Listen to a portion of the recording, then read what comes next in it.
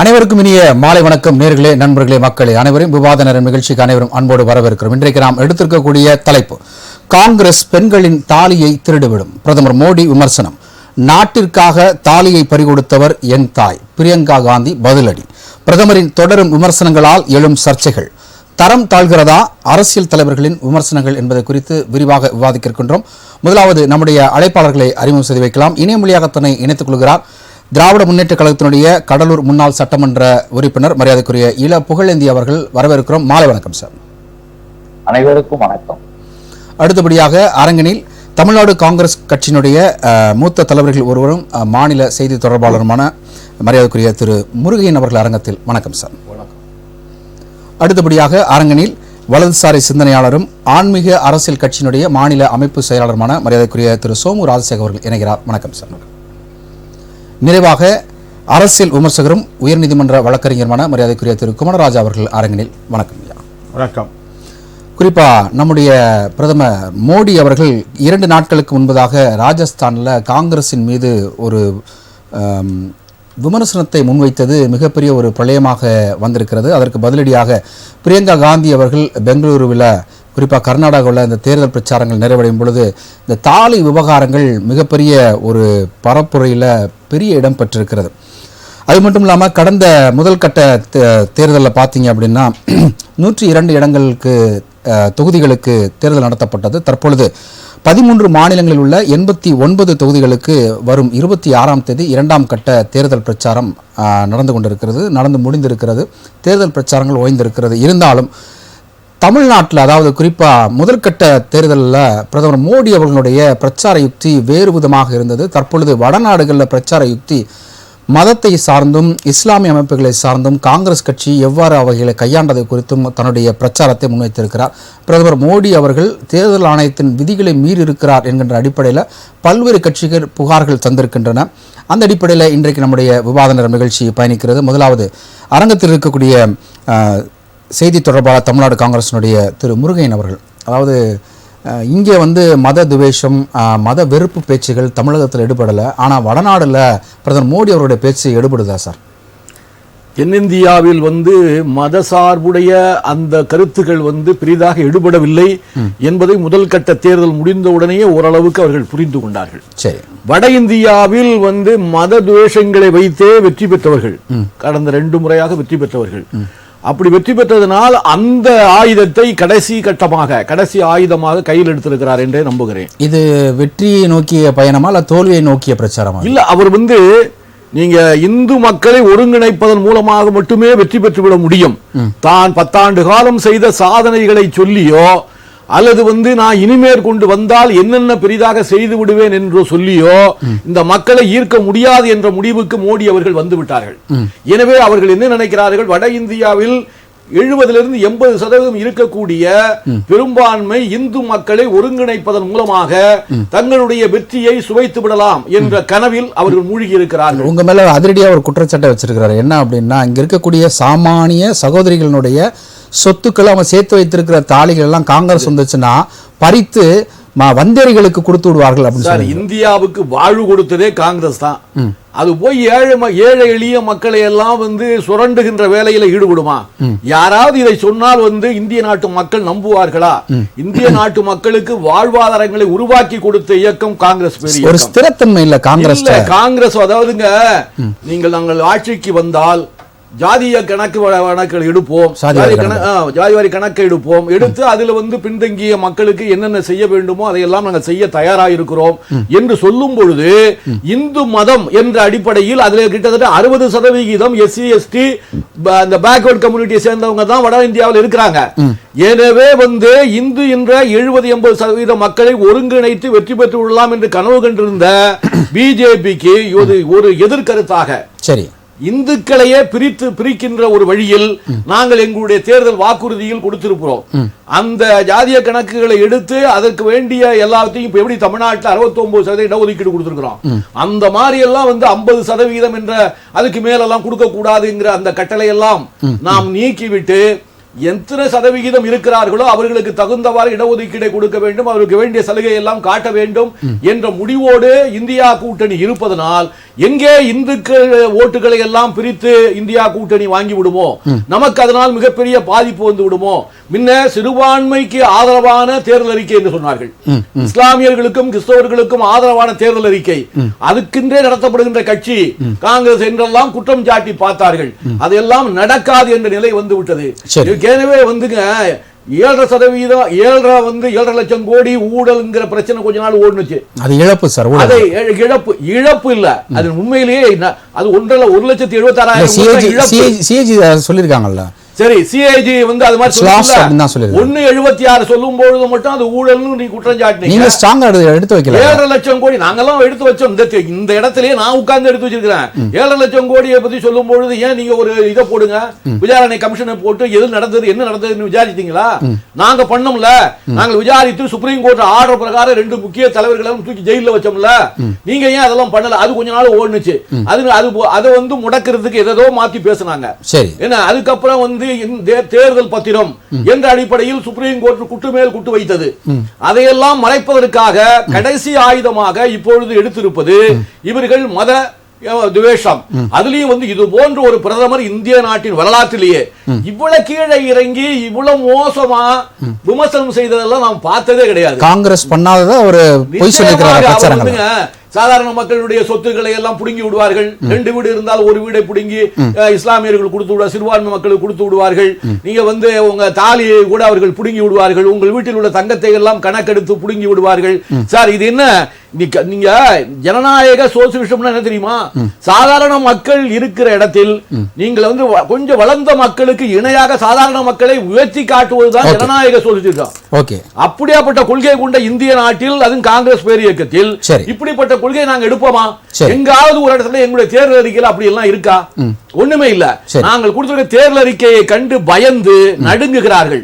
எங்கே மக்கள் எல்லாம் ஒருங்கிணைந்து விட்டார்களோ, வட இந்தியாவில் இருந்து வரக்கூடிய தகவல்கள் முதல் கட்ட தேர்தலில் பெரும்பாலும் இந்தியா கூட்டணி அதிக இடங்களில் வெற்றி பெறும் என்ற தகவல் அவர்களுக்கு போயிருக்கிறது.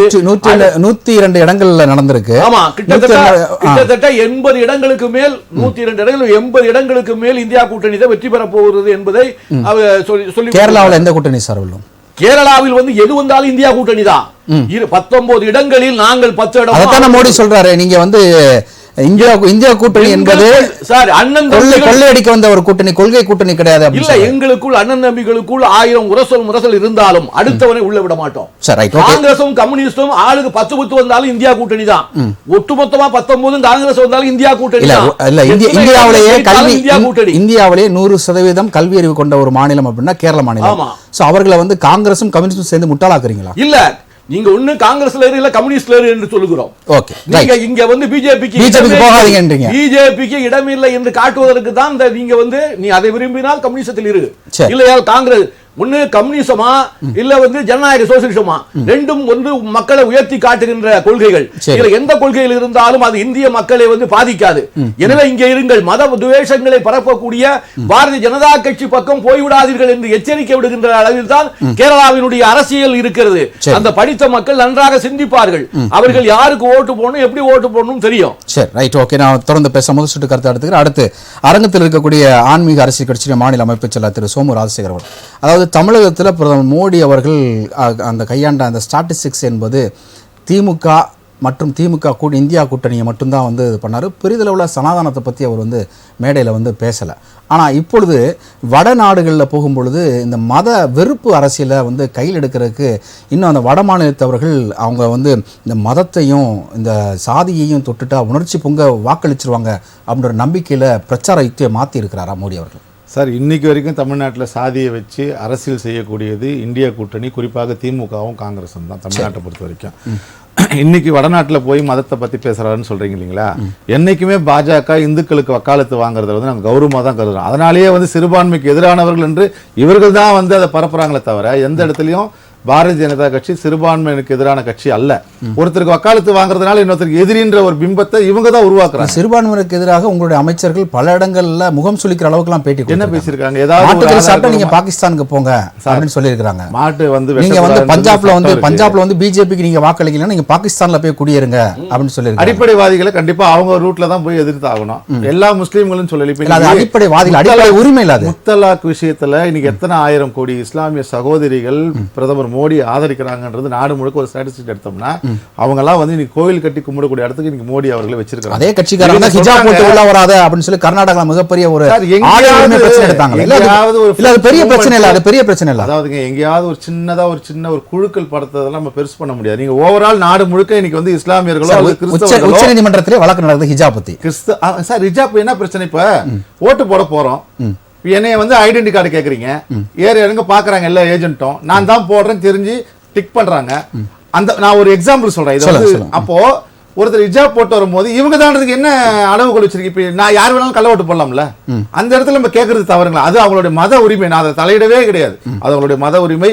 இப்ப ஒரு பூத்துல ஒரு காவி துண்டு போட்டுட்டு ஒருத்தர் ஓட்டு போடும் போது வெளியில இருக்கிற அதிகாரி என்ன சொல்றாரு? சார் இதெல்லாம் போட்டு வரக்கூடாதுங்கிறாரு. இதே அடையாளம் சிறுபான்மையினர் ஓட்டு போற இடத்துல யாரு என்னன்றது ஐடென்டிஃபை பண்றாங்க. அப்ப நீங்க கழட்டுங்க. அதே மாதிரி ஓகே சார், நீட் தேர்வு எழுத போகும்போது காதுல இருக்க கம்மல் கூட எடுக்கறீங்க சார். யாரா இருந்தாலும் முகம் தெரியலன்னா எதுக்கு அப்புறம் ஐடி? இல்ல ரைட் ஓகே, நீட் தேர்வு எழுத போகக்கூடிய எங்கயா இருந்தாலும் இந்து சகோதரிகளுக்கு நீங்க வந்து தோட கழட்டு தாலியை கழட்டு நீங்க சொல்றீங்களே சார். இப்ப அந்த தாலியை கழட்ட சொல்லக்கூடிய அந்த மத்திய அரசாங்கம் அதனுடைய பிரதமரா இருக்கிற தாலியை பத்தி பேசுறதுக்கு எந்த அளவுக்கு உரிமை இருக்கணும் உங்களை விமர்சனம்? இப்ப தாலியை பத்தி அவர் பிரதமர் என்ன பேசியிருக்கிறாரு? காங்கிரஸுக்கு நீங்க ஓட்டு போட்டீங்கன்னா காங்கிரஸ் ஆட்சிக்கு வந்தா பெண்களுடைய தாலியை கூட அவுத்துட்டு பொது உடைமை பொதுவா மொத்தமா போட்டு பிரிச்சு, இது நக்சல் அமைப்பினுடைய ஒரு கொள்கை. என்ன எங்க அம்மா நாட்டுக்காகவே தாலியை தியாகம் செய்திருக்கிறார். 50 ஆண்டு காலம் ஆண்ட பொழுது யார் தாலியை அறுத்தது? இல்ல பொதுவா நாட்டுக்காக பல பேர் தாலியை அறுத்திருக்காங்க. இருக்கிற காங்கிரஸ் சம்பந்தம் இருக்குதா? முதல்ல இன்னைக்கு இருக்கிற காங்கிரஸ் குடும்பம் இல்ல சார், இல்ல தாலிங்கிற சப்ஜெக்ட் சம்பந்தம் இருக்குதா? பிரியங்கா காந்தி சொல்றாங்க இறக்குமதி செஞ்சு அப்பாவை இன்னைக்கு பேசுறாங்களே பிரியங்கா காந்தி, அந்த அம்மா கழுத்துல தாலி இருக்கா? அவங்களுக்கு தகுதி இருக்கு, அவர் சொல்றாங்க தகுதி இருக்கு, தகுதி முதல்ல பேச தகுதி இருக்கு. நீங்க இந்த நாட்டினுடைய அடையாளத்தை மதிக்க மாட்டீங்க, இந்த நாட்டினுடைய திருமண பந்தத்தை மதிக்க மாட்டீங்க, இந்த நாட்டின் குடியுரிமையே வந்து வாழ்ந்துட்டு பிறகு லேட்டா வாங்கி 83ல வாங்கிட்டு நீங்க மோடி சொன்ன ஒரு விஷயத்தை அவர் என்ன சொல்றாரு? எல்லா இந்து தாய்களும் தாலியா இருக்குன்னு சொல்லலையே. ஒரு கால் காங்கிரஸ் ஓட்டு போட்டீங்கன்னா அவங்களுடைய கொள்கையில இந்த தாலியை கூட அவுத்து மொத்தமா பொதுவுல போட்டு பிரிச்சிருவாங்கம்மான்னு சொல்றத ஏதோ இவங்க எத்தனை 1000 பேர் தாலி அறுத்திருக்காங்க சார். இவ்வளவு பேசலாம் சார். இலங்கையில அதுதான் கேள்வி. பேசாதுங்க. காங்கிரஸோட குடும்பத்துக்கு தாலிக்கு சம்பந்தமே கிடையாது.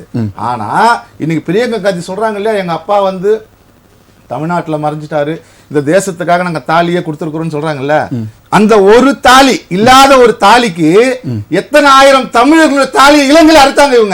இவங்க தாலியை பத்தி பேசலாம். எத்தனை 1000 இலங்கை சகோதரர்களுடைய தாலி அறுத்த காங்கிரஸ் இன்னைக்கு தாலியை பத்தி பேசுறதுக்கு தார்மீக தகுதியே கிடையாது. 600 விவசாயிகளுடைய மனைவிகளுடைய தாலி அறுத்திருக்கீங்களே அப்படின்னு கேள்வி வைக்கிறாங்க. அந்த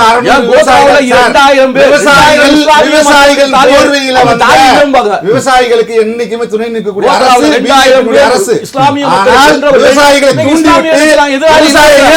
தூண்டி விட்டு பணம் கொடுத்து ஏசி கொடுத்து மசாஜ் சென்டர் கொடுத்து போராட்டம்ன்ற பேர்ல விவசாயிகள் வயிற்றில் அடிச்சது காங்கிரஸ். இந்த உண்மையை தெரிஞ்சதுனாலதான் இது வந்து இந்த அரசுக்கு எதிரான ஒரு பிம்பத்தை கட்டமைக்கிறாங்கன்றதுனாலதான் சரி நிலைமை எப்படி இருந்தாலும் ஒரு ஸ்டெப் பின்வாங்கன்னு சொல்லிட்டு அந்த விஷயத்துல வாங்கினாங்க. ஆனா இன்னைக்கு விவசாயிகள் கஷ்டப்படுறாங்க. நல்ல அருமையான திட்டத்தை பாழா போன காங்கிரசினுடைய பேச்சை கேட்டு நம்ம விட்டுட்டோமேன்னு சொல்லி ஒவ்வொரு விவசாயி கஷ்டப்படுறான். ஆனா உண்மையை கொண்டு சேர்ப்பதில் எந்த ஊடகமும் அந்த நேரத்துல வந்து பொய்யான பக்கம் தான் நின்னாங்க. இல்ல மோடி அவர்கள் நாடாளுமன்றத்தில் வாக்குறுதி கொடுத்ததன் அடிப்படையில் தானே விவசாயிகள் போராட்டத்தை வாபஸ் பண்ணிட்டு போனாங்க. முடிந்த வரைக்கும் எங்களுக்கு வந்து குறைந்தபட்ச விலை நிர்ணயம் செய்து கொடுங்க. அந்த சட்டத்துல என்ன சார் சொல்லிருக்காங்க? நான் சின்ன 2 விஷயம் மட்டும் சொல்றேன் சார். ஒரு பயிர் செய்யக்கூடிய விவசாயி அவர்கள் விளைவிக்கக்கூடிய அந்த பயிருக்கு விலையை அவரை நிர்ணயிக்கலாம். இதுல என்ன சார் பிரச்சனை இருக்கு? ஆனா இங்க என்ன பிரச்சனைன்னு சொன்னா இந்த ஏஜென்ட்டுகள் அம்பானி அதானி தான் பிரச்சனையா? அம்பானி அதானி தான் பிரச்சனையா?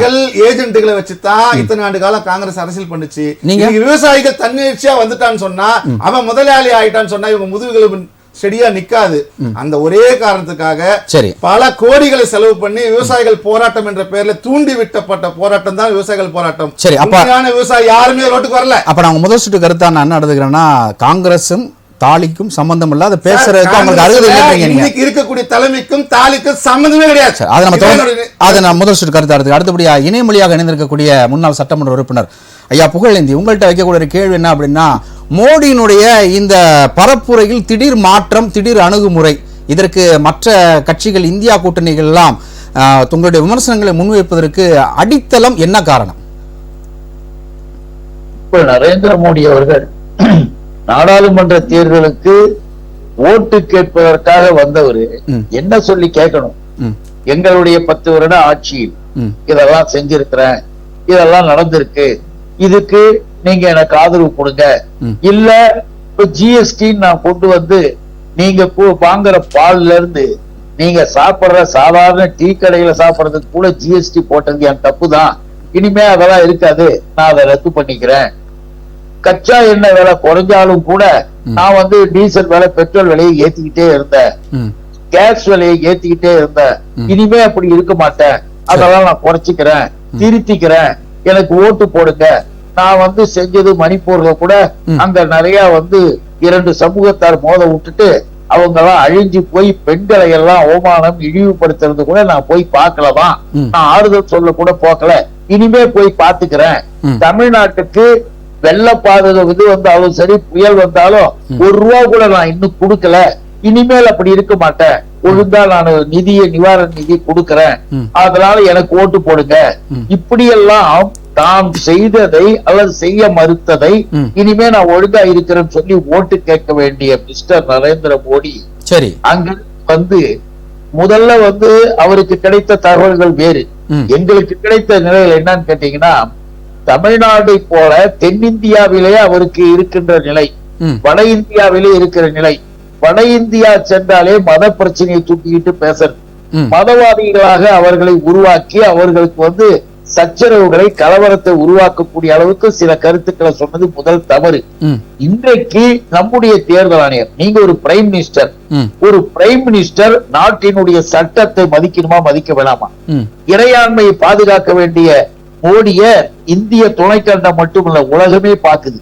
அவர் வந்து பேசுறது அரசியலமைப்பு சட்டத்தை மட்டும் அடிப்படையில மட்டுமல்ல, தேர்தல் ஆணையம் வகுத்திருக்கிற விதிமுறைகள், சாதியையோ மதத்தையோ குறிப்பிட்டு பேசி வாக்கு கேட்பதெல்லாம் தவறு, சட்டப்படி தவறு என்ற விதிகள் இருக்கும்போது எனக்கு அதை பத்தி கவலை இல்லை, நான் இப்படிதான் பேசுவேன். நீங்க ராஜஸ்தான்ல ஒரு இஸ்லாமியர்களை பற்றி பேசும்போது ஒரு வார்த்தையை சொன்னார், ஊடுருவியவர்கள், அவங்க எல்லாம் ஊடுருவினவங்க, அவங்க எல்லாம் இந்த மண்ணின் நான் சொல்ல கேட்டுங்க, இந்த மண்ணின் மைந்தர்கள், அவரவர்களுக்கு பிடித்த சமயத்தில் அவரவர்கள் ஏற்றுக்கொண்டு ஏதோ வழங்கிட்டு இருக்கிறாங்க போறாங்க. அவர்கள் இந்திய துணைக்கண்டத்தின் பாகிஸ்தான் பிரிவினை வருகின்ற பொழுது கூட பாகிஸ்தானுக்கு போக மாட்டோம், இது எங்களுடைய நாடு, இந்தியாதான் எங்கள் நாடு என்று தங்கள் வாழ்வை இங்கு தொடங்கி இஸ்லாமிய பெருமக்களையும் மறந்துடக்கூடாது. காலத்துல் கபார் கான் எல்லை காந்தி ஒருத்தர் இருந்தாருன்னு மோடிக்கு தெரியாதா என்னன்னு தெரியல. எதற்காக இதையெல்லாம் சொல்றோம்னா, என்ன ஊடுருவியவர்கள், வந்தேரிகள் என்பது போல அவர்களை பேசுவதும், அதற்கு பிறகு அதற்கு மற்றவர்களை இழுத்து வக்காலத்து வாங்குவது போல சொல்றார். எல்லாரும் கண்டிச்சாங்க சார், எல்லாருமே கண்டனம் தெரிவிச்சாங்க, தப்பு, இப்படி எல்லாம் பேசாதீங்கன்னு. மறுபடியும் மோடி மறுநாள் என்ன பேசுறாரு? மறுநாள் அதே ராஜஸ்தான்ல இன்னொரு கூட்டத்திலையும் போய் மிக மோசமாக, இதெல்லாம் யாருமே பேச மாட்டாங்க, தயவு செய்து தேர்தல் நேரத்துல ஓட்டு கேட்க வந்துட்டு மக்களிடம் பேசுகிற பேச்சாங்க இது. அவர் என்ன பேசுறாரு? ராஜஸ்தான் மறுநாள் போயிட்டு என்ன பேசுறாரு? காங்கிரஸ் ஆட்சியில், காங்கிரஸ் என்னமோ நேத்து வந்த கட்சி மாதிரியும், காங்கிரஸ் என்னமோ ஆட்சியிலேயே இதுவரைக்கும் வந்தது இல்லாத மாதிரியும், இந்த வேடிக்கை கதை காங்கிரஸ் நீண்ட நெடுங்காலமாக எப்படியெல்லாம் இருந்திருக்கிறத, ஆட்சியில இருந்திருக்கு, செயல்பட்டு இருக்காங்க. அவர்களுடைய ஆட்சி காலம், அவர்களுடைய காலத்தெல்லாம் மோடி மறந்துட்டு நேத்து வந்த மாதிரி காங்கிரஸ் வந்துட்டா, இது போயிடும் அது போயிடும், இதெல்லாம் என்ன பேச்சு? காங்கிரஸ் வந்தா உடனே போயிடுமா? இதுக்கு முந்தைய அப்படிதான் இருந்துதா? இன்றைக்கு மீண்டும் அந்த இடத்துல சொல்றாரு, காங்கிரஸ் ஆட்சிக்கு வந்தா அனுமார் பாட்டை கூட நாம் கேட்க முடியாது, அனுமானை பத்தி பாடல்கள் போட்டா கூட காங்கிரஸ் ஆட்சியில நிறுத்திடுவாங்க, நாம் காங்கிரஸை நாம் விடக்கூடாது. எதுக்கு? இது என்ன பேச்சு? நீங்க இப்ப ஓட்டு கேட்க வந்துட்டு, இப்ப தமிழ்நாடு இருக்கு, தமிழ்நாட்டுல நாமெல்லாம் இருந்து சிறப்பாக எங்களுடைய முதல்வர் தலைவர் தளபதி சொன்னார். எங்க தலைவர் ஒரே வார்த்தையில சொன்னார், நச்சு பேச்சு. இது நச்சு பேச்சு, இந்த நச்சு பேச்சு எல்லாம் வேணாம், நீங்க ஓட்டு கேட்கறது கேளுங்க அப்படின்னு சொல்றாரு. நான் இன்னும் கூட சொல்லுகிறேன், தேர்தல் நேரத்துல நாம சொல்லும் போது பிஜேபியில் இருந்து வரக்கூடிய குரல்கள் மோடியினால் தான் வருது. மோடி அவங்க தலைவர், அதை பார்த்துட்டு பேசுற அவருடைய தொண்டர்கள். ஓகே சார், இப்போ மதத்தை எடுத்து மத துவேஷம், மத வெறுப்பு அரசியல பண்றாரு அப்படின்னு சொல்லி நீங்க குற்றச்சாட்டு வைக்கிறீங்க. ஆனா பிஜேபி தரப்புல இருந்து, தமிழக பிஜேபி தரப்புல இருந்து ஒரு கருத்து முன்வைக்கப்படுகிறது. என்ன அப்படின்னா, இந்த சனாதானத்தை பேசும்பொழுது இந்த வார்த்தைகள்லாம் எங்க இருந்துச்சு தமிழ்நாட்டில்? ஒரு சனாதானம் என்பது கொரோனா போல இருக்கக்கூடிய ஒரு கொடுமையான ஒரு வைரஸ், அதை அழிக்கணும் அப்படின்னு சொல்லும்போது அந்த சனாதான கோட்பாட்டுக்குள்ள இருக்கவங்களுடைய மனதெல்லாம் புண்படாதா? இப்போ உங்களுக்கு மனது புண்படுது, இஸ்லாமியர்களை சொல்லிட்டாங்க, வந்தேரிகளை சொல்லிட்டாங்கன்னு சொல்லும் பொழுது உங்க மனது இவ்வளவு வெசனப்படுது. சனாதானத்தை பேச போகும்போது இதை கையில் தூக்கி பிடிக்கிறோட மனது வெசனப்படலையா அப்படி குற்றச்சாட்டு நீங்க அடிப்படையில புரிஞ்சுக்கணும். சனாதனம் என்பது என்ன? இந்து என்பது ஒரு பிரிட்டிஷ்காரர்கிட்ட கேட்டு சட்டப்படி நம்மளை இந்து என்று அழைத்தார்கள். அதுக்கு முன்பு நம்முடைய திராவிட மண்ணில எல்லாருமே சமயங்கள் தான், சைவர்களாக வைணவர்களாக இருப்பவர்கள் தான். இந்த இந்து என்ற வார்த்தை அதுக்கு பிறகு கொண்டு வந்தது பிரிட்டிஷ்காரர். இன்னும் கேட்டா ஒரு கிறிஸ்துவர் தான் இந்துன்னு சட்டத்தை நிறைவேற்றி கொடுத்தாரு. அந்த இந்துன்ற வார்த்தையில எல்லாரையும் இணைச்சார்கள். சைவர்களாக வைணவர்களாக இருந்தவர்கள்லாம் இணைத்து இன்றைக்கு இந்து என்ற இதை கொண்டு வரும்போது இந்து வேறு, இந்துத்துவா. அது என்ன இந்துத்துவா? அதுதான் சனாதனம். சனாதனம் என்பது என்ன? மனிதனை பிறப்பால் பிரிப்பது, மனிதனை சாதி சமூகத்தின் சார்பாக தீட்டு, பார்க்காதே, செய்யாதே, தொடாதே, வராதே என்று தடுப்பது. வைக்கத்திலே எங்கள் ஐயா பெரியார் உடைத்து தூளாக்கியது சனாதன கொடுமையை. அப்படிப்பட்ட மக்களை பிரிக்கிறவங்களை, சமூக நீதியை அழிக்கிறவங்களை, இடஒதுக்கீடு வேண்டாம் என்பவர்களை எல்லாம் நாம் விரட்ட வேண்டும், அழிக்க வேண்டும் என்பதுதான் எங்க தம்பி உதயாவுடைய கருத்து. அதுல எந்த தப்பும் கிடையாது. அதனால யாரும் பாதிக்கப்பட மாட்டாங்க. இந்து என்பதும் இந்துத்துவா என்பதும், இந்து என்பது சட்டப்படியாக அழைக்கிற எல்லா மக்களும் தான். இந்துத்துவா என்பது RSS. அந்த RSS கருத்துல இன்னைக்கு தெளிவாக நரேந்திர மோடி கருத்து சொல்றார். அந்த கருத்தை சொல்லும் போது உண்படும்படியாக சொல்லுகிறார் என்பதை நாம புரிஞ்சுக்கணும். முதல் சுற்று கருத்தை நான் எடுத்துக்கிறேன். அப்படியே இணைப்பில் இருங்க. அடுத்த அரங்கத்தில் இருக்கக்கூடிய அரசியல் விமர்சகர் திரு குமரராஜா, சொல்லுங்க. இது மோடி அவர்கள் கருத்துக்கள் வைப்பதெல்லாம் இந்துத்துவா கருத்துக்கள், நாங்கள் அதுக்குத்தான் எதிரி, இந்துக்களுக்கு எதிரி கிடையாது அப்படின்ற அடிப்படையில் நம்முடைய புகழேந்தி அவர் சொல்லியிருக்கிறார். காலத்தினால் செய்த நன்றி சிறிதெனும் ஞானத்தின் மானப்பெரிது, வள்ளுவன் வாய்மொழியை சொல்லி துவங்குவோம்.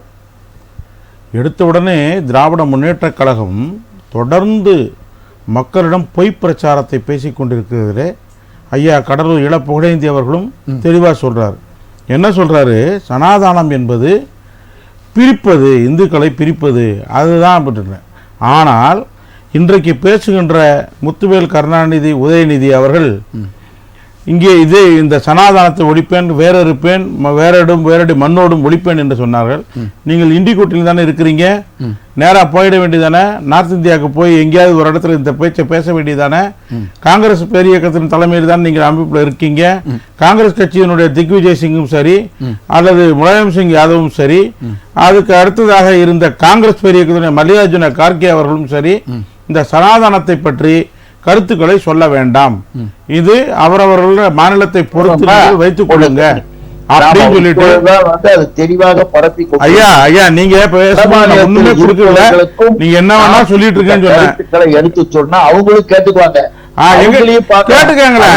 கேட்டுக்காங்களேன். நிதிஷ்குமார் சொன்னாங்க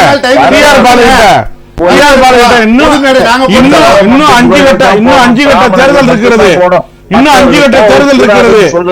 தமிழ்நாட்டில் பிரச்சாரம் முடிந்தவுடன் அண்ணாமலை அவர்கள் கர்நாடகாவுக்கு சென்று பிரச்சாரம் பண்ணி கொண்டிருக்கிறார். பிரச்சாரம் நடக்குது. அதே மாதிரி இந்திய கூட்டணியில் இருக்கிற MK ஸ்டாலின் அவர்களோ அல்லது முத்துவேல் கருணாநிதி உதயநிதி அவர்களோ, ஸ்டாலின் உதயநிதி அவர்களோ வடபலத்துக்கு போய் இந்த சனாதனத்தை ஒழிப்போம், வேற இருப்போம் அப்படின்னு சொல்லிட்டு நீங்க பிரச்சாரம் பண்ணுங்க. அது போக சனாதனத்தை பாரத பிரதமர் என்ன பிரச்சாரம் செய்ய வேண்டும் என்பதை நீங்க பிரச்சாரம் இல்ல பாரத பிரதமர் என்ன பிரச்சாரம் செய்ய வேண்டும் என்பதை இங்க இருந்துகிட்டு நீங்க வளரக்கூடாது, நீங்க இது உள்ள வரக்கூடாது, நாங்க இங்க தடுத்து நிறுத்துறோம். எங்க வரக்கூடாது தடுத்து நிறுத்துறீங்க? அதை சொல்லுங்க. நார்த் இந்தியாவுக்கு வடபுலத்துக்கு போங்க, சொல்லுங்க பார்க்கலாம். வரீங்க, அதை தடுத்து நிறுத்துவது திராவிட இயக்கம். தடுத்து நிறுத்துறீங்க. திராவிட இயக்கம் குறிப்பாக திராவிட முன்னேற்ற கழகம் நூல் வரக்கூடாது என்பதற்காகத்தான் நாங்கள் நூல் எழுதி கொண்டிருக்கிறோம் என்று பேராசிரியர் சொல்லியிருக்கிறார். நீங்க ஆரியர்களை நீங்க என்ன சொல்றீங்க? கைபர் போலன் கணவாய் வழியாக வந்தவர்கள், இவர்களுக்கும் நமக்கும் சம்பந்தம் இல்லை, நாம் குமரி கண்டத்தினுடைய உறுப்பினர்கள், லெமூரியா கண்டத்தினுடைய உறுப்பினர்கள், திராவிடமும் ஆரியமும் என்றைக்கும் கலந்து கொள்ள முடியாது. நீங்க எப்படி சொன்னீங்க? ஆரியர்கள் கைபர் கோளன் கனியாலய வந்தவங்க ஆரிய படம், ஆமா அவங்களே வந்தேர்கள் தான் சொன்னாங்க. மோடி இவங்களே சேர்த்தான் சொல்லிருப்பாரு, வந்தேரியர்கள் கொடுத்துருவாங்க காங்கிரஸ். இல்ல வந்தேரியர்கள் சொல்லல. வந்தேரியர்கள் அப்படிங்கிறது யாருன்னா ஊடுருவியவர்கள் நடத்து. இல்ல ஊடுருவியவர்கள் யார் அப்படின்னா நம்ம சகோதரர் வந்து தெளிவுபடுத்தினாரு. ரோஹிங்கியா முஸ்லிம்கள் வந்து அங்கே பர்மால இருந்து வந்தவங்க, பங்களாதேஷ்ல இருந்து வந்தவங்க, இவங்களைத்தான் ஊடுருவி இருக்காங்க. எல்லை பிரச்சனை இல்ல. இவங்க சிறுபான்மைக்கு எதிரான கட்சி தானே பிஜேபி, எடுத்துக்கலாம்ல? எல்லாம் எப்படி எடுத்துக்கிறது? சிறுபான்மைக்கு உண்மையிலேயே இவர்கள் 10 ஆண்டுகளுக்கு முன்பாக கனவாங்கன்னு ஒரே இதுல வைக்கிறீங்க சார். அவங்க அதாவதுங்க இந்த நாட்டு இல்ல அது எப்படி சார்? இல்ல அது எப்படி சார்? கைபர் போலன் கணவாய் வழியா வந்து வந்தேறியவர்களும் ஒண்ணுதான், ரோஹிங்கியா முஸ்லிம் வந்தவங்களும் வந்தேறியவர்கள் ஒண்ணுதான். வார்த்தை மாத்திக்கலாம், ஊடுருவர்கள் மாத்திக்கலாம். நான் அம்மானு கூப்பிடலாம். அதே இப்ப தவறா ஒரு வார்த்தை இப்ப நடைமுறையில் இருக்கு. ஆத்தான்னு சொன்னா கோவம் வருதா இல்லையா? அம்மான்னு சொன்னா ஏன் பாசம் வருது? ரெண்டுக்கு வித்தியாசம் இருக்குல்ல. இதேதான் விஷயம். தாயின்னு சொல்லி மம்மின்னு சொல்லி கலாச்சாரம் கூட வந்திருக்குது. அதான் சொல்றேன். அப்ப என்ன பிஜேபி இப்படி போர்ட்ரேட் பண்ணுதா? அதுதான் எப்படி அம்மாவை வேற மாதிரி போர்ட்ரேட் பண்ணுதா? அதான் கேள்வி. இல்ல உங்களுக்கு வரும்போது அம்மா, உங்களுக்கு வரும்போது அம்மா, மற்றவங்களுக்கு வரும்போது வேறு வார்த்தையா?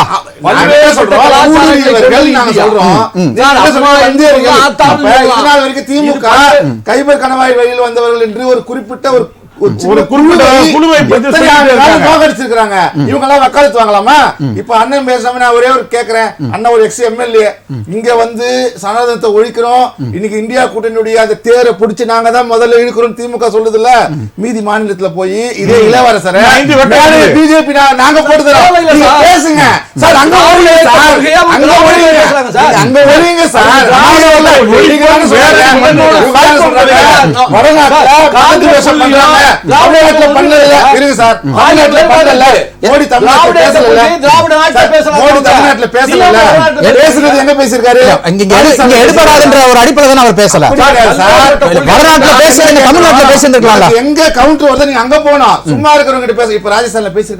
இலவச ட்ரெயின் ஏத்தி பிளைட் ஏத்தி அனுப்புங்க, அங்க போய் மேடை போட்டு சனாதன வந்து டெங்கு மாதிரி ஒழிச்சிட்டு வந்துட்டு இந்தியா கூட்டணி வெற்றி பெறுதான்னு பாப்போம்.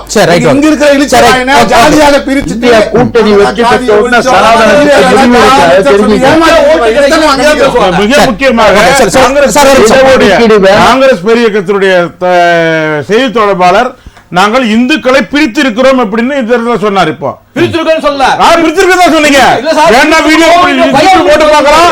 நீங்க பிரித்திருக்கிறோம், இந்துக்களை பிரித்திருக்கிறோம் என்று சொல்லி இருக்கிறீர்கள்.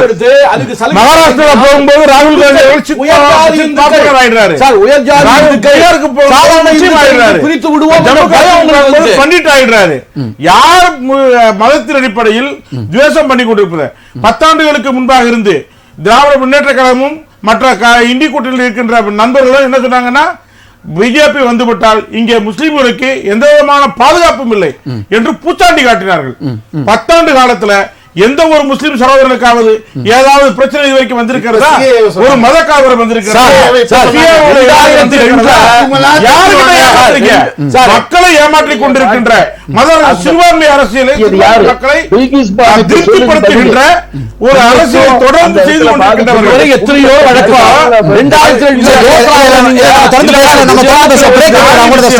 தாலி விஷயம் எப்ப வந்தது? ஒரே ஒரு செகண்ட் மட்டும். தாலி விஷயம் எப்போது வந்தது? காங்கிரஸ் எக்கனாமிக்கல் சர்வே எடுக்கப்படும் என்று அவர்கள் சொன்னதுக்கு அப்புறம் தான் எக்கனாமிக்கல் சர்வேல எதையெல்லாம் எடுப்பார்கள் இந்த விஷயத்துல வருகின்ற பொழுது இதெல்லாம் வாய்ப்பு இருக்கிறது. உங்கள் தாலியை கூட கணக்கு எடுப்பதற்கான வாய்ப்பு இருக்கிறது. வேற ஒண்ணு தவறா கணக்கெடுக்கின்ற அடிப்படையில இன்னைக்கு தங்க வைக்கிற விலையில பாத்தீங்கன்னா ஒரு பவுன் எடுக்கணும்னா 1 லட்ச ரூபா நம்ம கையில வச்சுக்கணும், மன்னிக்கணும் 2 கிராம் வந்துருச்சு, 1 லட்ச ரூபாய்க்கு தாண்டி வருது. 2 கிராம்ல தவறா சொல்லாதீங்க. ஒரு 56 ரூபா வருதுல. அதனால எத்தனை பவுன் போட்டிருக்கிறாங்க என்ற அடிப்படையில கணக்கு எடுத்து அந்த அடிப்படையில கொடுக்கறதுக்கு உண்டான வாய்ப்புகள் இருக்குமோ அப்படின்ற ஒரு கேள்விக்குறி அங்க இருக்கிறது. நம்ம தொடர்ந்து பேசலாம். அந்த தாலி விவகாரம் என்பது தற்பொழுது வட இந்தியாவில் அதிக அளவில் கொந்தளிப்பை ஏற்படுத்தியிருக்கிறது, ஒரு சென்டிமெண்ட்டாக பார்க்கப்படுகிறது. அதில் பிரியங்கா காந்தி அவர்கள் சொல்லியிருக்கிறாங்க, தாலி என்பது நாங்கள் சீனாவில் போர் நடந்து கொண்டிருக்கும் பொழுது என்னுடைய பாட்டி இந்திரா காந்தி அவர்கள் தாலியும் தங்கத்தையும் இந்தியாவிற்கு கொடுத்தார், என்னுடைய தாலியே தியாகம் பண்ணியிருக்கிறார். அதனால மோடி அவர்கள் இந்த தாலியை பற்றி பேசுறதுக்கு எந்த விதமான அவருக்கு அருகதையும் கிடையாது. ஏனென்றால் 600 விவசாயிகளுடைய மனைவிமார்களுடைய தாலி என்னானது, மணிப்பூர்ல ஒரு பெண் மானபங்கம் செய்யப்பட்டார். அப்பொழுது தாலி மோடி அவர்களுக்கு கண்களுக்கு தெரியவில்லையா என்கின்ற அடிப்படையில் அடுக்கடுக்கான ஒரு கேள்வி வைத்தார்கள். நம்ம தொடர்ந்து பேசலாம். குமரராஜா சார், உங்கள்கிட்ட தான் கேட்குறோம், பிரியங்கா காந்தி அவருடைய விமர்சனத்தை எப்படி பார்க்குறீங்க? இல்லைங்க, பிரியங்கா காந்தி உண்மையிலேயே மிக மதிப்பிற்குரிய ஒரு பாரம்பரிய குடும்பத்திலிருந்து வந்தவர். மதிப்பிற்குரிய அம்மையார் இந்திரா காந்தி அவர்கள் மிக நீண்ட காலமாக இந்தியாவை ஆண்ட பெண் பிரதமர், திறமை வாய்ந்த பிரதமர், அதில் எந்த விதமான மாற்றமும் இல்லை. ஆனால் கடைசியில் எதில் கொண்டு போய் நிறுத்தினார்கள் என்றால், இந்தியா தான் இந்திரா, இந்திரா தான் இந்தியா என்கின்ற ஒரு சர்வாதிகார போக்கோடு நேரு அவர்கள் எப்படி 17 ஆண்டு காலம் தொடர்ந்து ஜனநாயகத்தின் பெயரிலேயே சர்வாதிகார சோசலிசத்தை நிலைநாட்டி இருந்தாரோ அதே போலவே இறுதியாக அதன் மூலமாகத்தான் 1975 ஜூன் 25 திங்கள் இந்திய நாட்டிலேயே எமர்ஜென்சி என்பது செயல்படுத்தப்பட்டது. அவர் தனி நபராக எடுத்துக்கொண்டு அவர் நாட்டுக்காக உழைத்தவர், நல்ல பணிகளை செய்தவர், அதில் எந்த விதமான மாற்றமும் இல்லை. ஆனால் அதே நேரத்தில் இறுதியாக அவர் எங்கே வந்து நின்றார் என்றால், தனிப்பட்ட முறையிலான இந்திரா காந்தியை எதிர்ப்பவர்களை எல்லாவற்றையும் நான் அடக்கி ஒடுக்குவேன் என்று இந்திய நாட்டினுடைய எல்லா எதிர்க்கட்சி தலைவர்களையும் சிறையில் அடைத்துவிட்டு அன்றைக்கு தேர்தல் நடத்த முயற்சித்து இறுதியாக மக்கள் இந்திரா போட்ட பாதையில் மோடி அவர்கள் தவறு. அதாவது நீங்க இவங்க எல்லாரும் தொடர்ந்து என்ன சொல்றாங்க, வளர்ச்சி பாதையை சொல்லவில்லை, வளர்ச்சி இதை செய்திருக்கிறோம் நாங்கள் கூட சொல்றாங்க. தொடர்ந்து பல தடவை சொல்லி இருக்கிறார்கள். அதாவது எத்தனை 25% பெண்களை வறுமை கோட்டிலிருந்து வெளியே கொண்டு வந்திருக்கிறார்கள், 4 கோடி வீடுகளை கட்டி கொடுத்திருக்கிறார்கள், 40 கோடி ஜன்தன் திட்ட அக்கவுண்டுகளை துவங்கி இருக்கிறார்கள், பேங்கினுடைய வாசலையே பார்க்காதவர்கள் நிறைய பேர் வங்கிக்கு வந்திருக்கிறார்கள். வங்கிக்கு வர வச்சது நீங்க தானே, 15 லட்சம் தரோம், அந்த மறுபடியும் திருப்பி இந்த தவறான போக்கு கொண்டு போய் நிப்பாட்டாதீங்க. இல்ல 15,000 போடுறோம், இல்ல 15,000 போடல, 15,000 சொல்லப்பட்ட வங்கி கணக்கு போய் ஆரம்பிச்சாங்க. வெளிநாட்டிலே இருக்கின்ற கருப்பு பணத்தை மொத்தமாக எடுத்துக்கொண்டு வந்தால் குறைந்தபட்சம் ஒவ்வொரு நபருக்கும் 15 லட்சம் ரூபாய் போடக்கூடிய அளவிற்கான பணம் வெளிநாட்டில் இருக்கிறது என்று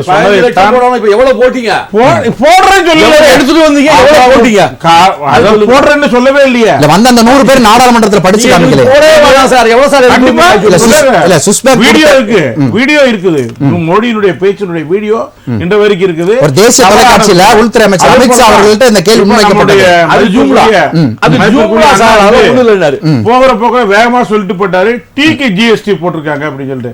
ஆனா டீ தூளுக்கு ஜிஎஸ்டி போட்டிருக்காங்க, சீனிக்கு ஜிஎஸ்டி போட்டிருக்காங்க, ஆனா டீக்கு ஜிஎஸ்டி கிடையாதுன்னு. அது ஒருவேளை மோடி அவர்களே அதை வித்ததாக இருக்கலாம் கூட, அண்ணன் கூட இதுல அதிகபட்ச பேர் டீ இருக்கிறதுனால இல்ல. இது போன்று அதாவது திராவிட முன்னேற்ற கழகம் வாய் பிடித்ததோ மாங்காய் பிடித்ததோ என்று போகிற போக்கில் மக்களிடம் தவறான செய்திகளை மண்ணிலே மிக அதிகமாக அவர்களிடம் போய் சேருகின்ற மாதிரி தவறான பிரச்சாரத்தை தொடர்ந்து செய்து கொண்டிருக்கிறார்கள். நான் திருப்பி அண்ணன் கேட்பது, அவங்களுடைய அருமைக்குரிய தலைவர் அண்ணன் இவர் நாளைக்கு பிரதமராக வரக்கூடிய வாய்ப்பு இருக்கின்ற முத்துவேல் கருணாநிதி ஸ்டாலின் அவர்கள் வடபுலத்திலே போய் நீங்க ஏன் பிரச்சாரம் பண்ணல? இன்னும் 5 கட்டமாக இருக்கிறது. அதுல போய் பண்ணிருந்தீங்க. காங்கிரஸ் பெரியக்கு உங்களை அழைக்கிறதா என்றதுக்கு மட்டும் அண்ணன் பதில் சொல்லுங்க. இளப்புகழேந்தி, ஏன் நீங்க தென் மாநிலத்திலே சுருக்கிக்கிறீங்க, வட மாநிலத்தில ஏன் போய் பிரச்சாரம் பண்ண மாட்டேன்றீங்கன்ற ஒரு நல்ல ஒரு கேள்வியை வைத்திருக்கிறார் நினைக்கிறேன். உங்களுடைய கருத்து இது எந்த விதத்துல இது நல்ல கேள்வின்னு நமக்கு புரியல. ஏன்னு கேட்டா, மக்களிடம் வாக்கு கேட்டு அந்த வாக்கை பெற்று ஒரு அரசாட்சியை உருவாக்க வேண்டிய கடமையில இருப்பதுதான் இந்திய கூட்டணி. எந்த அரசாங்கமாக இருந்தாலும், எந்த தலைவர்களாக இருந்தாலும், அரசியல் கட்சியாக இருந்தாலும் எங்க போய் ஓட்டு கேட்பாங்க? எந்த மக்களுடைய வாழ்க்கையோடு தொடர்புல இருக்காங்களோ அவங்களுக்கு அவங்க கிட்ட நினைவுபடுத்தி நான் இதெல்லாம் செஞ்சிருக்கிறோம், மேலும் உங்களுக்கு பாதுகாப்பாக, மேலும் உங்களுக்கு நல்ல நிலையாக நாங்கள் செய்வோம், ஓட்டு போடுங்க என்று கேட்பது வாக்கு கேட்பதுடைய அர்த்தம். அதான் உள்ள அர்த்தம். அதை விட்டுட்டு சம்பந்தமே இல்லாத, தெரியவே இல்லாத ஒரு இடத்துல போய் எப்ப பேசலாம்? இது பிரச்சாரம். எப்ப? தேர்தல்ல ஓட்டு கேட்கறதுக்கு இல்ல, தேர்தல் முடிந்த பிறகும் கூட அந்த பகுதிகளுக்கு, வடமாநில பகுதிகளுக்கு ஏன் ஏற்கனவே போயிருக்காங்க. அப்படி போகும்போது மாநில சுயாட்சி, மாநிலங்களுக்கு அதிக அதிகாரம் தேவை என்ற கருத்தை பேசுறது, அங்கு கருத்தரங்குகளை நடத்தும் பொழுது அதுல கலந்துக்கிறது, மக்களிடம் சென்று வருவது போவதெல்லாம் அப்பதான். இப்ப ஓட்டு கேட்பது என்பது அங்க இருக்கக்கூடிய ஆட்கள் சும்மா இப்ப இவர் வராது. சரிங்க சார், தேர்தல் ஆணையம் மோடியோட பேச்சை பார்த்துட்டு வேடிக்கை பாருங்க. எல்லாருமே புகார் கொடுக்குறீங்க, ஒரு நடவடிக்கை கூட இல்லை, என்ன காரணம்? இந்தியாவை காக்க ஸ்டாலின் அழைக்கிறேன் என்ற அண்ணா சொல்லியிருக்க அந்த விளம்பரத்துக்கு பதில் சொல்லுங்க. ஆமா, இந்தியாவை காக்க தலைவர் தளபதி ஸ்டாலின் அவர்கள் அழைக்கிறார். இந்திய கூட்டணிக்கு ஒரே வார்த்தை சொன்னாரு, யார் வர வேண்டும் என்பதை விட யார் வரக்கூடாது என்பதில் அனைவரும் ஒன்றாக இருக்க வேண்டும், யார் வந்துவிடக் கூடாது என்பதில்தான் நம்முடைய ஒற்றுமையும் உறுதியும் இருக்கிறது. அதுதான் இந்தியா முழுவதும் கட்டமைப்பு. நரேந்திர மோடி என்பவர், நரேந்திர மோடி பாரதிய ஜனதா என்ற கட்சிக்கு இந்தியாவை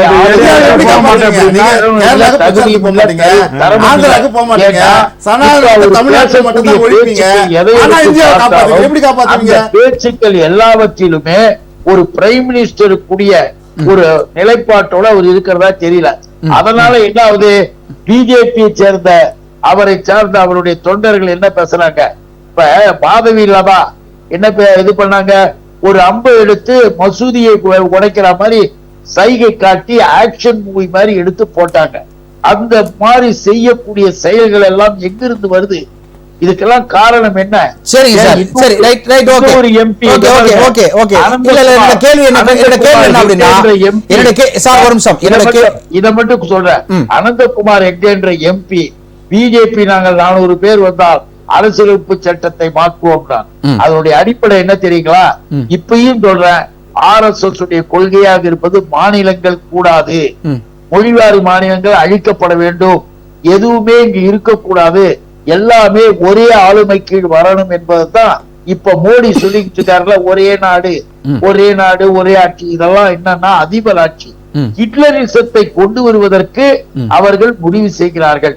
இந்தியாவின் அடிப்படை கட்டமைப்பை தகர்த்து சமூக நீதியை நீக்கி பெண்களுக்கான உரிமையை அடியோடு அழிப்பது பாரதிய ஜனதா தானே.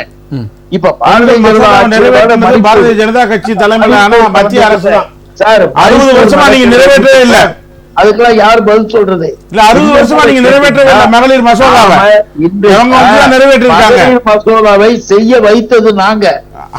நீங்க மகளிர் மசோதா செய்தே ஆக வேண்டும். நீங்க தான் எப்ப பார்த்தாலும் வெளிநாட்டுலயே இருந்தீங்களே, நீங்க எங்க இருந்தே செஞ்சீங்க சார்? பிரியங்கா சொன்னது, அந்த அவங்க சொன்னது சகோதரி பிரியங்கா இருக்கிற சகோதரர்களுக்கு 3 பேருமே நம்ம சகோதரர்கள் தான். பிரியங்கா அவங்க சொல்றாங்க சகோதரி, அவங்க மனசுடைய நிலையை பாருங்க. ஓட்டு கேட்டு எல்லா இடத்துலயும் பேசி பிரச்சாரம் பண்ணிக்கிட்டு போகும்பொழுது தனிப்பட்ட முறையிலே பேச வைத்தது யார்? குடும்ப ரீதியான கருத்துக்கள் எல்லாம் சொல்ல வைக்கிறது யாரு? தாலி நாங்க அது இதுன்னு சொல்லி. அதனாலதான் அந்த அம்மா என்ன சொன்னாங்க, சகோதரி சொன்னாங்க, எங்க தாயார் அப்படின்னு. உடனே சார் என்ன சொன்னாரு, அவங்களாம் தாலி கட்டி இருந்தாங்களா, தாலியா இருந்தாங்களா? அது அல்ல அர்த்தம். தாலி கட்டுவது என்பதனுடைய இது என்னன்னு கேட்டீங்கன்னா, திருமணமானவர்கள் தன்னுடைய கணவனோடு வாழ்ந்து கொண்டிருப்பவர்கள். இப்ப கல்யாணம் பண்ணிட்டு கூட மனைவியோட வாழாம வெளியில தெரிச்சு விட்டுறவங்க எல்லாம் உங்களுக்கு தெரியும். நடுவீதியிலே விட்டுட்டு வந்தவங்க எல்லாம் நம்ம சொல்ல வேணாம், அது உங்களுக்கு மனசுக்கு தெரியும். ஆனா திருமணமாகி தன்னுடைய மனைவியோடு கணவன் மனைவியா வாழும் பொழுது அவர் தவிர்த்து போகும்போது, இழந்து போகின்ற போது வேதனைப்படுறாங்க. அதுதான் இழப்பு. அதுக்கு பேர் தான் தாலி அறுத்ததாக நாம சொல்றோம். ஒரு மாநிலத்திலும் ஒரு பகுதியிலும் ஒரு பழக்க வழக்கங்கள் இருக்கலாம். ஆனா ஒட்டுமொத்தமான இப்ப தாலின்னு தமிழ்நாட்டுல அங்க வேற மாங்கல்யம் ஏதாவது ஒண்ணு இருக்கலாம், அது நமக்கு தெரியாது. இது எதுக்காக இங்க குறிப்பிடுகிறோம் என்றால், இந்திரா காந்தி அம்மையார் அவர்கள் 1962 சீன யுத்தம் நடக்கும் பொழுது எல்லா இடங்களிலுமே மக்களிடமிருந்து அவர்கள் நிதி திரட்டும் பொழுது தன்னிடம் இருந்த நகைகளை, வைரன் கற்களை, மற்றவற்றை எல்லாம் அந்த நிதிக்கு கொடுத்தாங்கன்றதுதான் நம்முடைய பிரியங்கா அவர்கள் சொல்லியிருக்காங்க. Okay sir, okay sir, okay, நம்ம தொடர்ந்து பேசலாம். எனக்கு ஒரு கிளாரிபிகேஷன் இருக்கு. ஓகே சார், ஓகே சார், இருங்க. திரு சோமு ராஜசேகர், நீங்க சொன்னீங்க பிரியங்கா காந்தி அவர்கள் தாலி போட்டிருக்கிறாரா, சோனியா காந்தி அவர்கள் தாலி இந்திய முறைப்படி போட்டிருந்தாங்களா அப்படின்னு கேள்வி வச்சாரு. தாலி கட்டிட்டு நடு ரோட்ல விட்டவங்களாம் நம்ம பத்தி 3 தாலி கட்டினவங்க தமிழ்நாட்டுல இருக்காங்க. எஸ், ஓகே, அது தாலி கட்டியிருக்காங்க, பட் அறுக்கல. இல்ல அதையும் அறுத்துட்டாங்க. தாலி கட்டிட்டு நடு ரோட்ல விட்டுட்டு வரலாமா அப்படின்னு கேள்வி வைக்கிறேன். சித்திரை தமிழ் புத்தாண்டு அன்று இந்துக்களுடைய பண்டிகை தினம் இந்துக்கள் தன்னுடைய வாழ்நாளை முதல் நாள் துவங்கக்கூடிய அந்த சூழ்நிலையில இதே பெரியாரிஸ்ட் தீக்காக்காரங்க தாலி எழுப்பு நிகழ்ச்சி தமிழ்நாட்டில் நடத்தினாங்க. சொல்லலே நான் பார்த்தேன். ஏன் நடத்தினாங்க? நாங்க புனிதமா வணங்குறோம், எங்களுக்கு நம்பிக்கை இருக்கு, அதை நாங்க நடத்துறோம். நீங்க தாலி எழுப்பு நிகழ்ச்சி நடத்திட்டு இன்னைக்கு தாலிக்கு வக்காலத்து வாங்குறதுக்கு திமுக அருகது கிடையாது, காங்கிரஸுக்கு அருகது கிடையாது. சரி, பிரியங்கா காந்தி சொல்றாங்க, அந்த வார்த்தையினுடைய ஒரு இயக்கத்தை எங்களால புரிஞ்சுக்க முடியுது. யாரால் அந்த தாலி என்ற ஒரு மனசுல வலி அவர்களுக்கு வந்தது என்பதுக்கு பிரியங்கா காந்தி பதில் சொல்லுவாங்களா? எந்த ஆட்சி காலத்துல அந்த விபரீதமான ஒரு சம்பவம் நடந்துச்சு அதுக்கு பதில் சொல்லுவாங்களா? அந்த நேரத்துல ஆட்சி இருந்தவங்களுக்கு பதவி சுகத்துக்காக அதையெல்லாம் மறந்துட்டு அவர்களுடைய அந்த தாலி சென்டிமெண்ட் மனசுல வந்ததுன்னு அண்ணன் சொல்றாரு இல்லையா, அந்த சென்டிமெண்ட்டுக்கு காரணமா இருந்தவங்கள நீங்க கூட்டணி அன்னைக்கு பிரிஞ்சிங்க. அன்னைக்கு அந்த வெடிகுண்டு சம்பவத்துல கைது செய்தவர்களோடு இன்னைக்கு கட்டி தழுவி அரவணைத்து போகக்கூடிய கட்சி அரசியல்ல நீங்க எல்லாத்தையும் மறந்துட்டு போறீங்கல்ல, நீங்க தாலியை பத்தி பேசலாமா? இதைதான் நாங்க கேட்கிறோம். சொல்லுங்க புகழேந்தி சார். இந்த நாட்டை காக்க வேண்டும் என்ற மிகப்பெரிய பொறுப்பு இருக்கின்ற பொழுது நமக்கு இந்திய துணைக்கண்டம் மிக முக்கியம், அதன் இறையாண்மை முக்கியம்.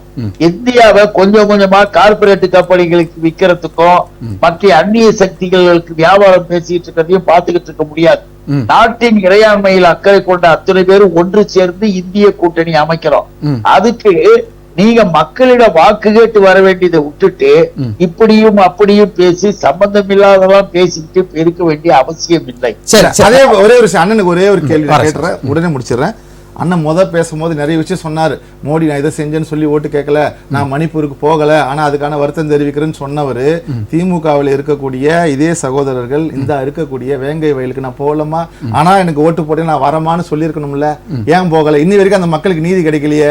அது ஒரு கேள்வியா அண்ணன் வைக்கிறேன்.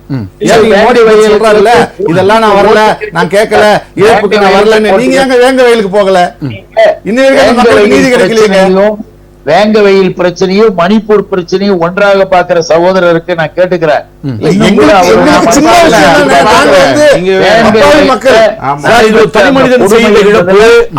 அரசே செய்த இழக்கப்படுது.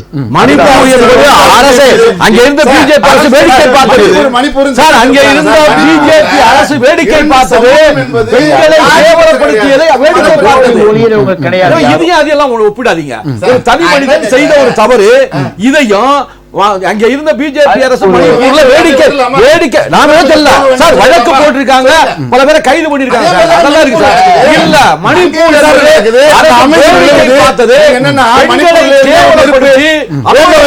நெருப்புன்னு சொல்றது, நெருப்பு ரெண்டுமே ஒண்ணுதான் சார். எங்கேயுமே அநியாயம் தான், எங்கேயுமே மக்களுக்கு தவறுதான் சார். பிரச்சனை தாக்குதலுக்கும் உங்களுடைய கவர்மெண்டே மோடி அரசாங்கத்தின் மூலமாக கார்பரேட் கம்பெனிகளுக்கு மலைவாழ் மக்களுடைய மண்ணை கொடுப்பதற்காக அந்த சண்டையை உண்டாக்கி அவங்க எல்லாம் வெளியே தெரிஞ்சுட்டு தாது உப்புக்கள் தாது பொருட்கள் இருக்குன்றதுக்காக அதானி அம்பானி குரூப்புக்கு அந்த மழை விடுவதற்காகத்தான் இந்த சண்டையே உருவாக்குனார் மோடி. எப்படி இப்ப அப்படின்னு ஆந்திர கர்நாடகா தாண்டி வந்தோம்னா அவங்களா வெளியில போயிட்டாங்க.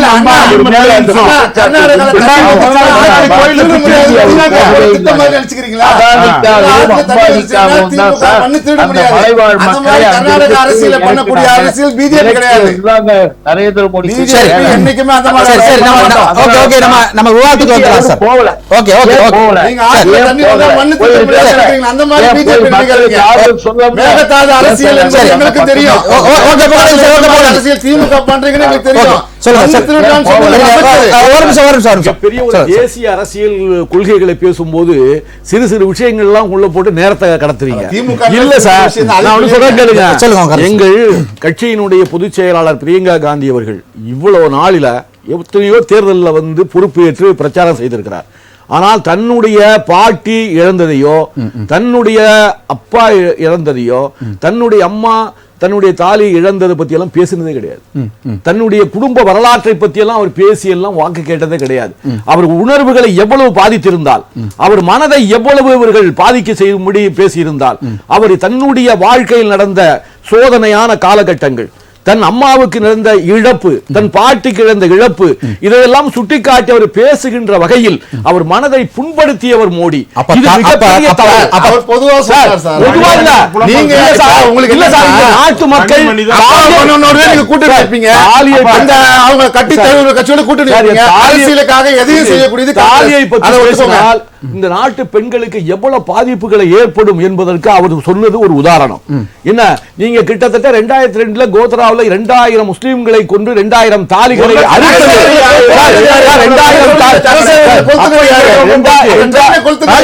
உயிர் மட்டும்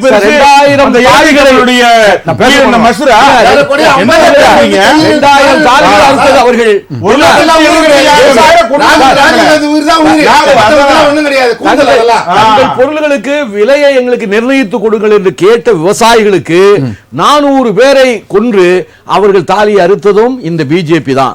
இப்படி பல ஆயிரம் பேர்களுடைய மாட்டுக்கறி வைத்திருந்தான் என்பதற்காக சொல்லி அவனுடைய தாலியை, அவன் முன்னாடி தாலியை அறுத்து அவனை கொண்டு போட்டது இவங்க தான். இது மாதிரி எத்தனையோ வந்து பாதகமான செயல்கள் எல்லாம் செய்த பிஜேபி 2ஆம் கட்ட தேர்தலையே தரம் தாழ்ந்த அரசியல் கட்சியினுடைய தலைவர்கள் பேசுகிறார்களா? அது விமர்சனம். அவர்களுக்கு பயம் வந்து விட்டது சார். முதல் கட்ட தேர்தலில் அவர்கள் எதிர்பார்த்த வெற்றி கிடைக்காது என்ற நம்பிக்கை வந்தது. இப்பொழுது அவர்கள் வந்து தோல்வியின் விளிம்பில் இருந்து கொண்டு ஏதாவது செய்துவிட வேண்டும், இந்து மக்களை ஒற்றுமைப்படுத்துவதன் மூலமாக நாம் மீண்டும் ஆட்சிக்கு வந்துவிட வேண்டும் ஒன்றே ஒரு குறிக்கோளா இருக்காங்க. மற்ற எதைய பத்தி அவங்க பேச தயாராக தேர்தல் ஆணையம் நடவடிக்கை எடுக்க தயார். அதான் தேர்தல் ஆணையமே அவர்கள் நியமித்த குழு சார். அதுல சுப்ரீம் கோர்ட் நீதிபதி நீதிபதி அங்கம் வகித்ததை இவர்கள் தான் நீக்கினார்கள். அரசியலுக்காக வேஷம் போடுவீங்க. தேர்தல் ஆணையத்தை அவர்களுடைய ஆணையமாக மாற்றி தேர்தல் ஆணையத்தையே அவருடைய சொந்த ஆணையம் மாதிரி மாற்றி விட்டார்கள். சுப்ரீம் கோர்ட் நீதிபதி எடுத்து விட்டு இவர்கள் 2 பேரும் எதிர்கட்சி தலைவர் என்று சொல்லி அந்த நிலையை மாற்றி தேர்தல் ஆணையமே தன்னுடைய கைப்பாவையாக மாற்றியதன் காரணமாக இன்றைக்கு தேர்தல் ஆணையத்தில் 20,000 புகார்கள் வந்திருக்கிறது. இன்னைக்கு 20,000 புகார்கள் மோடி பேசிய இந்த ஒரு அற்பத்தனமான பேச்சை பற்றி நடவடிக்கை எடுக்க கோரி 20,000 பேர் புகார் தெரிவித்திருக்கிறார்கள். என்ன பண்ணுவாங்க இப்ப தேர்தல் கமிஷன்? இல்ல காங்கிரஸ் உச்சநீதிமன்ற வழக்கு தொடரல. இல்ல அதெல்லாம் இப்ப நடக்க போகுமா சார்? இந்த எலெக்ஷன் உள்ள ஏதாவது நடக்குமா? இப்ப தேர்தல் ஆணையம் என்ன பண்ணும்? தேர்தல் ஆணையத்தினுடைய கட்டுப்பாட்டை மீறி தானே பேசியிருக்காங்க. தேர்தல் ஆணையம் என்ன பண்ணும்? இதை பத்தி நீங்க விளக்கம் சொல்லுங்கன்னு ஒரு நோட்டீஸ் அனுப்போம். அவ்வளவுதான், அதுக்குள்ள தேர்தல் முடிஞ்சு ரிசல்ட்டே வந்துடும். அதான் பண்ணுவாங்க. அது பார்க்கலாம். அது 2004 நாட்டு மக்கள் தலையெழுத்து என்ன என்பதை நாம் பார்ப்போம். நீங்கள் வந்து இந்த நாட்டு மக்கள் பிரதமர் மோடியை புறக்கணிப்பார்களே ஆனால் நாட்டினுடைய ஜனநாயகம் காப்பாற்றப்படும், இந்த நாடு காப்பாற்றப்படும். இல்லை என்றால் நாட்டு மக்கள் தான் அதனுடைய பேரழிவினுடைய எதிர்காலத்தை சந்திக்க வேண்டியிருக்கும். இதுதான் எங்கள் நிலைப்பாடை தவிர எங்களுடைய கருத்தை நாங்கள் சொல்லுகின்றோம், மக்கள் மத்தியில சொல்லுகின்றோம். மக்கள் கேட்பதும் கேட்காததும் அவர் பிரியம். நீங்க வந்து குமரராஜா சொன்னது போல எப்படி 77 இந்திரா காந்தியினுடைய தேசிய தலைவர்கள் எல்லாம் சிறையில் அடைத்ததை பொறுக்க முடியாத 20 அம்ச திட்டங்களை எல்லாம் கொண்டு வந்து நாட்டு மக்களுக்கு எவ்வளவு நன்மைகளை இந்திரா காந்தி செய்திருந்த போதும் 20 அம்ச திட்டம் காங்கிரஸ் திட்டம் 20 அம்ச திட்டம் கொண்டு வந்து உழைக்கிறதுக்காக கொண்டு வந்த சார், திட்டம் தான் 20 அதெல்லாம் அப்படியெல்லாம் கொச்சைப்படுத்தாதீங்க. அதெல்லாம் ஒண்ணும் இந்திரா கிடையாது. காந்தி வந்து நாட்டுக்கு எவ்வளவு செய்திருக்கிறார். 20 நிமிஷத்துல அதெல்லாம் கொண்டு வந்து சொல்லிட்டான். சார், நீங்க ஆந்திராவுல போய் பாருங்க சார், ஒவ்வொரு வீட்லயும் ஒரு இந்திரா காந்தி படம் இருக்கு சார். அந்த அளவுக்கு ஏழை எளிய மக்களுக்கு வங்கிகள்ல லோன் கொடுக்க சொல்லி கட்டளை போட்டாங்க சார். பல ஆயிரம் கோடி ஏழை மக்கள் பிழைப்பதற்கு கொடுத்தாங்க. இந்திரா காந்தி புகழ் பாடுவதற்கான வரல. இந்திரா காந்தி இப்படி செய்த தவறுக்காக இந்த நாட்டினுடைய தேசிய தலைவர்கள் எல்லாம் சிறையில் அடைத்த ஒரு தவறுக்காக இந்த நாட்டில் வந்து எமர்ஜென்சியினுடைய சில கொடுமைகளை மக்கள் பொறுக்க முடியாமல் தான் மௌன புரட்சி செய்து இந்திரா காந்திக்கு அங்கே 0 கொடுத்தாங்க. 10 மாநிலங்கள் 0 கொடுத்தாங்கல்ல. இப்பொழுது அறிவிக்கப்படாத எமர்ஜென்சி இந்தியாவில் நடந்து கொண்டிருக்கிறது. நிச்சயமாக அதே 2வது மௌன புரட்சி வட இந்திய மக்கள் செய்வார்கள் என்ற பயம் இன்னைக்கு மோடி வந்திருக்கிறது. மாறிக்கொண்டிருக்கிறது. இன்றைக்கு அவர்கள் மதவாதத்தை எல்லாம் பின்னால தள்ளி அவருடைய வாழ்க்கை தரம் உயரவில்லை, விலைவாசி உயரவில்லை, விலைவாசி வந்து குறையவில்லை, அதே மாதிரி வந்து வேலை வாய்ப்பு இல்லாமல் தவிக்கிறார்கள், இன்னைக்கு கல்வி வளர்க்கப்படவில்லை என்ற பல குற்றச்சாட்டுகளை மக்கள் மனதில் ஆழமாக பதிந்திருக்கிறது. ஆனால் இவர்கள் சொல்லுகின்ற மதம் சாமி நீங்க வந்து ராமர் கோயிலை கட்டி திறந்து விட்டால் ஜெயித்து விடலாம் என்று கனவு கண்டார்கள். ஒரு வாரத்தில் எனவே வந்து வடநாட்டு மக்கள் விழித்துக் கொண்டார்கள். அவர்களுடைய விழிப்பின் அடிப்படையில் வருகிற 4ஆம் தேதிக்குள் நடக்கிற அனைத்து கட்ட தேர்தலிலும் பிஜேபி வீழ்ச்சியை சந்திக்கும். நிச்சயமாக இந்தியா காப்பாற்றப்படும். நன்றி நன்றி திரு சோமுராசு, எங்களுடைய நிறைவணக்கம். சார், காங்கிரஸ் கட்சியினுடைய நிலைமை இன்னைக்கு எப்படி இருக்குன்னா, அந்த தாலி வைத்து அரசியல் சென்டிமெண்ட் தேடி ஜெயிச்சிடலான்னு ஒரு கனவு காண்றாங்க. அது பலிக்காது. மோடி அவர்கள் சொன்னது உங்கள் தாலியை கூட அவுத்துருவாங்கன்னு சொன்னாரு. ஆனா இன்னைக்கு தோல்வியின் விளிம்பில் இருக்கக்கூடிய காங்கிரஸுக்கு என்ன நிலைமைன்னா, அந்த தாலி சென்டிமெண்ட்டை சொல்லி ஆயா அம்மா பேத்தி சொல்லியாவது ஜெயிச்சிட முடியுமான்னு கனவு காண்றாங்க. அது பலிக்காது. 2வது, தரம் தாழ்ந்த விமர்சனங்கள் செய்யப்படுகிறதான்னு நீங்க கேட்டீங்க. என்னைக்குமே பிஜேபி அதுக்கு உட்படாது. ஆனால் தமிழ்நாட்டில் இருக்கக்கூடிய சில முக்கிய காங்கிரஸ் தலைவர்கள் மோடியும் ஜெயலலிதாவும் எப்படிப்பட்ட விமர்சனங்களால் செய்தார்கள் என்பது உங்களுக்கு தெரியும். அப்படிப்பட்ட காங்கிரஸ் தான் இன்னைக்கு இருக்கிறது. நல்ல காங்கிரஸ் செத்து பல வருஷம் ஆகிறது, கள்ள காங்கிரஸ் மெல்ல செத்து கொண்டிருக்கிறது என்பது நிறைவான கருத்து. நன்றி திரு குமரராஜா, உங்களுடைய நிறைவான கருத்து. புதிய விஷயங்களையும் பொய்யையும் புனைச்சுருட்டையும் சொல்லிக் கொண்டிருக்கிற காரணத்தினால்தான் காங்கிரஸ் பேர் இயக்கத்தை கடந்த 10 ஆண்டுகளாக மக்கள் வெளியில் வைத்திருக்கிறார்கள். எதிர்க்கட்சியாக கூட வர இயலாமல் போயிருக்கின்ற நிலைமை இருக்கிறது. இந்த தடவை அவர்கள் எதிர்க்கட்சியாக வருவதற்கான வாய்ப்புகள் இருக்குது. அதற்காக காங்கிரஸ் பேர் இயக்கத்திற்கு ஒரு கேபினட் மினிஸ்டர் அந்தஸ்துடன் ஒரு வாய்ப்பு கிடைக்கும். அதற்காக காங்கிரஸ் கட்சிக்கு வாழ்த்துக்கள். ஆனால் மக்களை ஏமாற்றினால் உண்மையை பேசுகின்றதற்கு தொடர்ந்து மக்களை ஏமாற்றுகின்ற முயற்சி செய்கின்ற எதிர்க்கட்சிகளுடைய ஒட்டுமொத்த முரண்களின் கூட்டணியாக இருக்கின்ற இண்டி கூட்டணி வெற்றி பெறாது.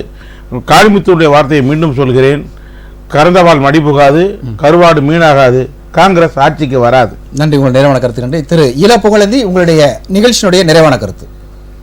நிறைவான கருத்தாக சொல்வது என்பது முறையான கருத்தாக இருக்கணும்னு நான் இப்போ உங்கள்கிட்ட ஒண்ணு சொல்றேன். நம்ம இந்த அரசாங்கம் இன்று நடந்து கொண்டிருக்கிற ஒன்றிய அரசாங்கத்தினுடைய தலைமை பிரைம் மினிஸ்டர்